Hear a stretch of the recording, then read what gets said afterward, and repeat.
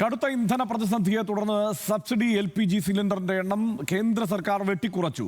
9 നിന്ന് 4 സിലിണ്ടറായാണ് വെട്ടിക്കുറച്ചത്. ഗാർഹിക പാചകവാതകത്തിന് 29 രൂപ വർദ്ധിപ്പിച്ചതിന് പിന്നാലെയാണ് സബ്സിഡി സിലിണ്ടറുകളുടെ എണ്ണം വെട്ടിക്കുറച്ചത്.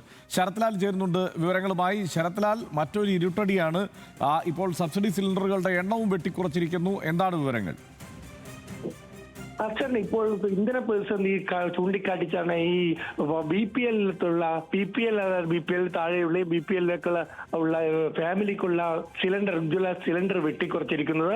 അതായത് നേരത്തെ 9 സിലിണ്ടറാണ് ഒരു വർഷത്തിൽ ഒരു കുടുംബത്തിന് നൽകിയിരുന്നത്. ഈ സബ്സിഡി സർക്കാർ അവരുടെ അക്കൗണ്ടിലേക്ക് തിരിച്ചടക്കുകയും ചെയ്യുകയായിരുന്നു. എന്നാൽ ഇപ്പോൾ അത് 9 നിന്ന് 4 നിജപ്പെടുത്തിയിരിക്കുന്നു. അതായത് 3 മാസത്തിൽ ഒരു സിലിണ്ടർ എന്ന രീതിയിലേക്ക് കാര്യങ്ങൾ പോകുന്നു എന്ന് വേണം പറയാൻ. കാരണം പാവപ്പെട്ടവരുടെ അടുക്കളയിലേക്ക് സിലിണ്ടർ എണ്ണം കുറയുന്നു എന്നതാണ്. അത് 9 നിന്ന് 4 ആകുന്നു, പകുതിയിലധികം കുറയുന്നു എന്ന് വേണം നമുക്ക് പറയേണ്ടി വരിക. പക്ഷേ ഇത് ഏതായാലും ഇനി സബ്സിഡി പതുക്കെ പൂർണ്ണമായി മാറ്റും എന്ന രീതിയിലേക്ക് കാര്യങ്ങൾ പോകുന്നു എന്ന് നമുക്ക് വിലയിരുത്തേണ്ടി വരും. എന്തായാലും ഇന്നലെ അർദ്ധരാത്രിയാണ് ഇത് സംബന്ധിച്ച നോട്ടിഫിക്കേഷൻ പുറത്തിറങ്ങിയത്. അതുകൊണ്ട് തന്നെ ഇന്ധനവില കൂടുമ്പോൾ തന്നെ പാചക വില കഴിഞ്ഞ ദിവസം കൂട്ടിയിരുന്നു.